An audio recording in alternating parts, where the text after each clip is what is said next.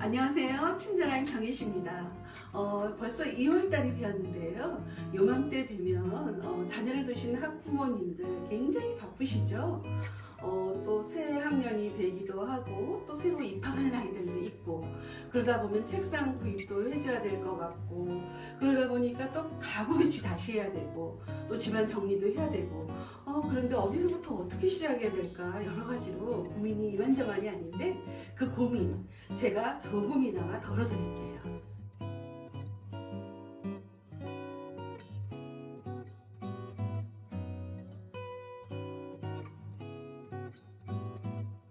이 방은 민서방이에요. 그래서 아이들이 편안하게 여기가 내 방이구나 하고 들어와서 편안하게 학습할 수 있는 그런 공간으로 만들기 위해서는 정말 들어가고 싶은 공간으로 만들기 위해서 이제 하나하나 볼 텐데 제일 먼저 비워내기 먼저 하셔야 돼요. 지금 민서도 이제 그동안 유치원 생활을 마치고 이제 며칠이 지나면 이제 초등학교 입학하게 되는데 그동안 유치원 생활을 하면서 얼마나 많은 작품들을 만들어 왔겠어요. 그런 것들 정말 고사리 같은 손으로 하나하나 만들어 왔으니 얼마나 사랑스럽고 예뻐요. 그래서 한 개도 못 버리고 다 간직하고 있는 거예요. 민서 엄마뿐만 아니라 모든 엄마들이 그런 것들 결국은 그거 선생님들이 다 만들어준 거거든요. 90% 이상. 그러다 보니까 별로 의미를 두지 마시고 완전 그런 걸 좀 비워내는데 비워낼 때는 분명히 아이와 함께 하세요.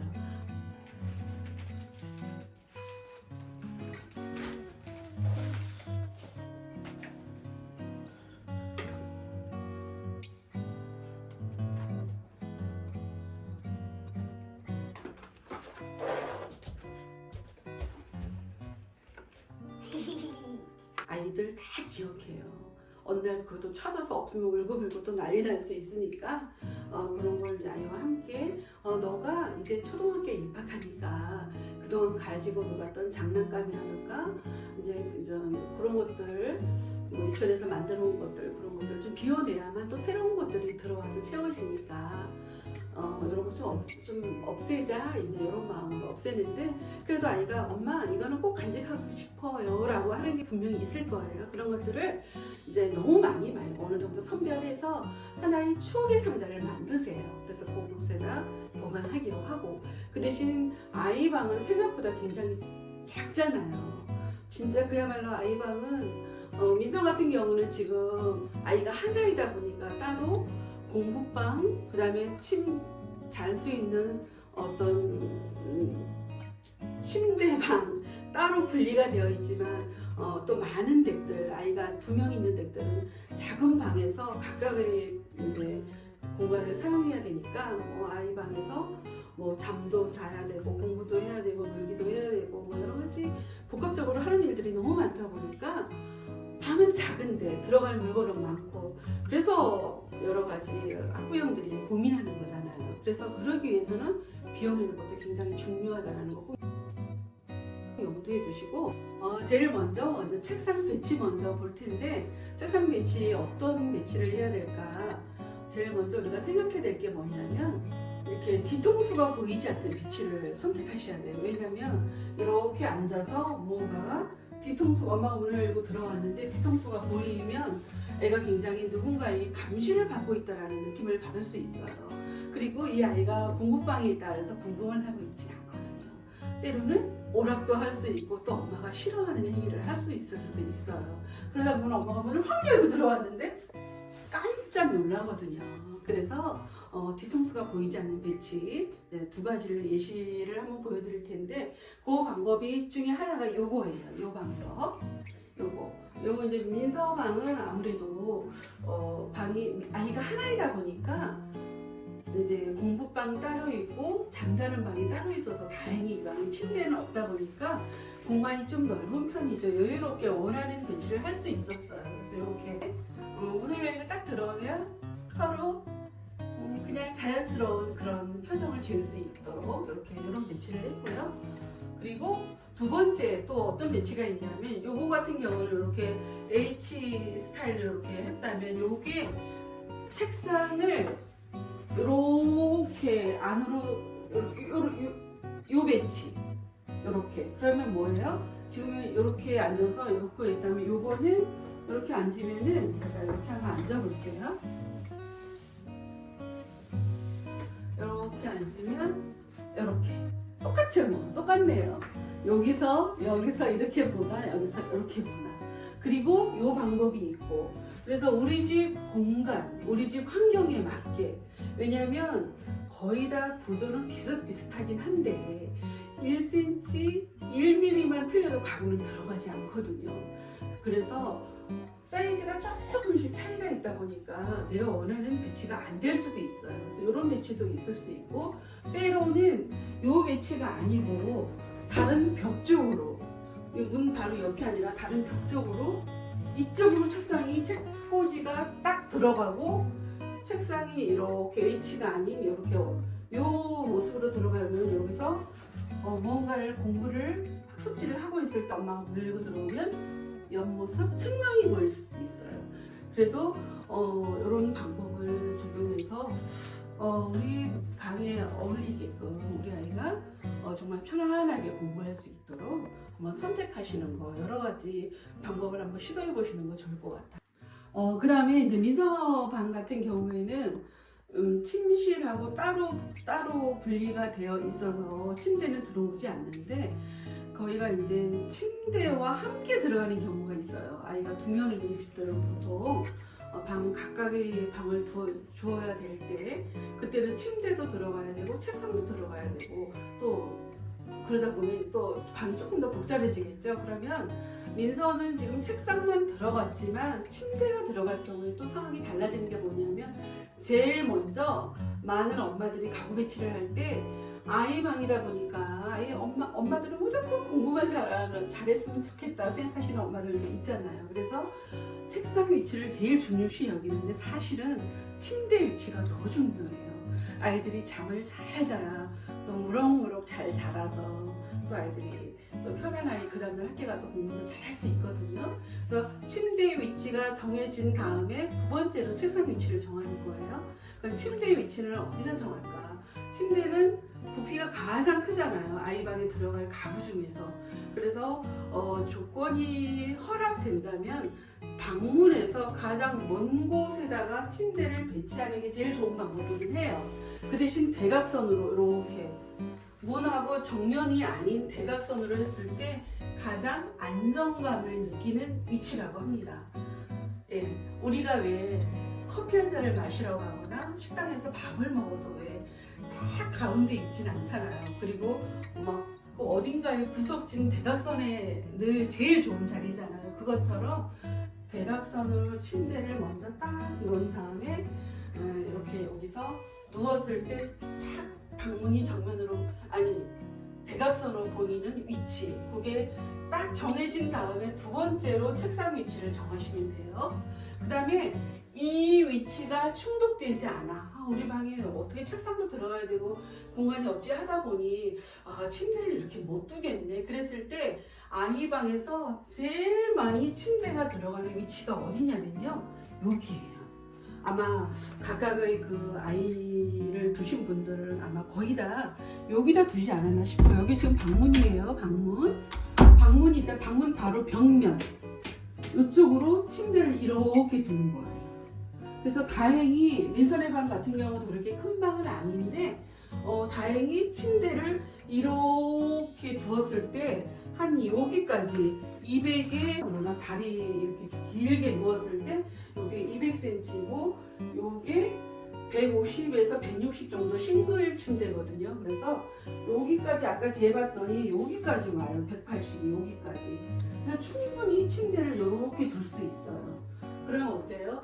여기 누워있을 때 방문을 들고 해도 편안하게 안정감을 느낄 수 있는 그런 배치가 될 수 있겠지. 그래서 그 두 가지 방법을 추천드려요.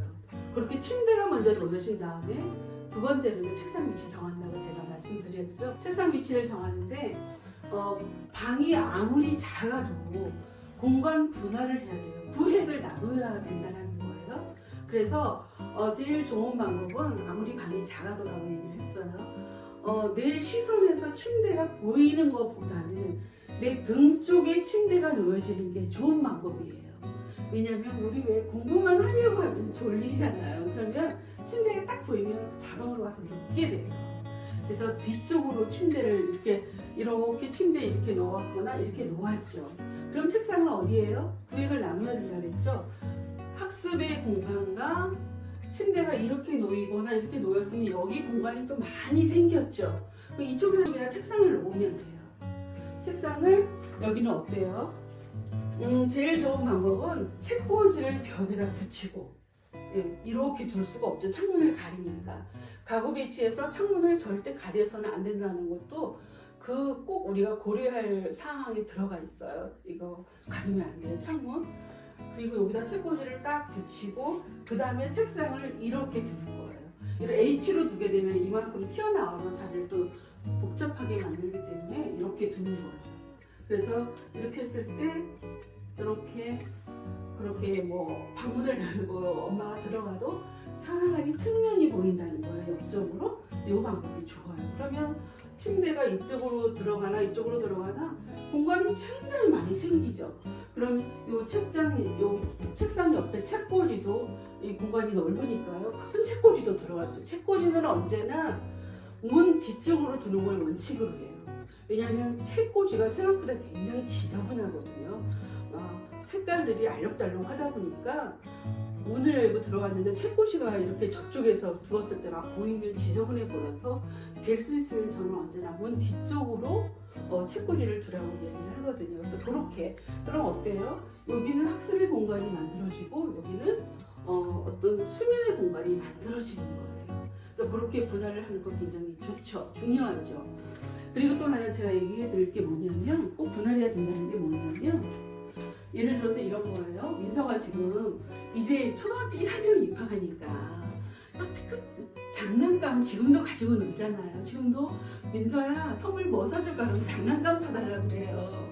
장난감 참 좋아하는데 자기가 좋아하는 장난감을 여기다 쭉 늘어놓고 인형 여자아이다 보니까 인형 쭉 늘어놓고 막 거울도 갖다 세워놓고 별게 막 다 쭉 늘어나요. 여기는 뭐예요? 여기는 그야말로 학습의 공간이잖아요. 그럼 아이는 아직은 집중력이 아직은 떨어져요. 그러다 보니까 장난감 가지고 놀고 싶고 거울 보고 아직 여자아이다 보니까 멋내는 건 특히 우리 민서는 또 멋내는 걸 엄청 좋아하거든요. 또 막 거울 쳐다보고 있고 이러다 보면요. 여기 앉아서 뭔가를 숙제도 해야 되고 뭐 이렇게 해야 되는데 자꾸 시선이 어디로 가요? 장난감으로 가게 돼요.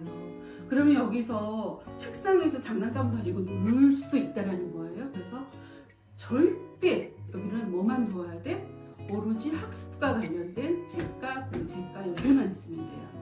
그래서 그런 것들만 이렇게 두도록 하면 여기 책상은 언제나 어때? 늘 깨끗한 상태가 유지되고 여기 책 깨끗하게 깔끔하게 정리하는 습관도 엄마가 또 이렇게 함께 또 만들어주면 늘 유지하면서 잘할 수 있을 거라는 생각이 들어요. 많은 학부모님들 이렇게 신학기가 되거나 우리 민서처럼 이제 입학생이 생기다 보면은 또 책상을 구입해야 되잖아요. 그래서 어떤 책상을 구입할까 또 많이 고민되시죠. 그 고민 제가 오늘 해결해 드릴게요. 제가 어느 날 하루 날 잡아서 진짜 그야말로 책상 투어를 한 적이 있었어요. 책상이란 책상 종류는 다 봤어요. 다 보고 맨 마지막에 선택하는 게 데스커 책상이에요. 이거는 제가 중점적으로 어디다 이제 중점을 두었냐면 요거 보면요 굉장히 튼튼해요. 이 다리 이 쇳덩어리 이거 보이시나요? 이거 끄떡도 안 해요. 다른 건 이렇게 제가 보러 다니면서 다 봤던 게 흔들어 봤거든요. 근데 미세하게나마 흔들리는 제품들도 굉장히 많았어요. 근데 이거는 너무나 튼튼했고 그리고 이 상판 두께가 아마 이거보다 더 두꺼운 책상은 없었어요. 그래서 그 이유가 왜 이걸 튼튼한 걸 선택했냐면 저는 책상 저뿐만이 아니라 많은 부모님들이 아마 아이를 저처럼 거의 다 어릴 때 책상 사준 거를 거의가 성인이 되어서까지 사용하신 분들이 아마 많으실 거예요. 저 역시도 어릴 때 사준 거를 거의 성인이 될 때까지 책상을 사용하고 하다가 결혼했거든요. 그것처럼 그러다 보니까 애초에 구입할 때부터 정말 좋은 걸 사줘야 되겠다는 생각을 했었어요. 그러다 보니까 얼마나 튼튼한가를 봤거든요. 그래서 요거를 구입하게 됐고, 그리고 또 민서 같은 경우는 계속 성장기에 있잖아요. 그래서 이게 모션 데스크라고 해서 이게 높낮이 조절이 가능해요. 그리고 또 보통 많은 엄마들이 또 많이 사주는 게 뭐냐면 각도 조절이 되는 거거든요. 근데 각도 조절이 이렇게 올라오다 보면요, 공간이 생겨서 거기로 그 사람들의 사용하고 있는 사람들의 이야기를 들어보니까요, 그쪽으로 계속 연필이 다 떨어져서 굉장히 불편하다 그래요. 그래서 각도 조절까지는 굳이 필요하다라는 생각을 저는 전혀 못했어요. 다음에 아이가 정말 오랜 시간 동안 책상에 앉아서 공부를 해야 돼서 정말 여기 거북목이라든가 이런 거 건강에 염려가 된다면 차라리 있잖아요. 뭐라 그러죠? 책 올려놓고 이렇게 책 보는 거, 그리고 갑자기 생각이 안 나네? 그거 구입하시면 돼요. 저희 집에도 2개가 있는데, 저도 책 볼 때 그거 갖다 놓고 이렇게 비스듬하게 두고, 그것도 다 높낮이 가능하거든요. 그래서 그거 구입하셔서 사용하시면 될 것 같고, 그래서 굳이 그렇게 각도 조절까지는 저는 추천드리지 않아요. 그래서 모션 데스크 되는 것만으로도 충분히, 그리고 요즘에 성인들도 사무실에서 서서 근무하시는 분들 굉장히 많잖아요. 서서 무언가를 할 때 집중력이 굉장히 집중력에 더 도움이 된다고 하니까, 우리 민서 엄마 같은 경우도 이렇게 서가지고 이렇게 올려놓고 여기서 이렇게 노트북 하고 있고 그러거든요. 그래서 이거 너무 좋아요. 그래서 더 이상 책상은 이거보다 더 좋은 책상은 저는 없다라고 생각하니까, 한번 여러분들도 책상 구입할 계획이 있으시다면 이거 한번 보시고 구입하셔도 후회하지 않을 것 같아요. 이제 그 다음에 많은 부모님들이 책상은 되게 신경을 많이 쓰세요. 어떤 책상을 살까 고민하는데, 어떤 의자를 사줄까 고민 안 하세요. 근데 사실은 책상보다 의자가 더 중요하거든요.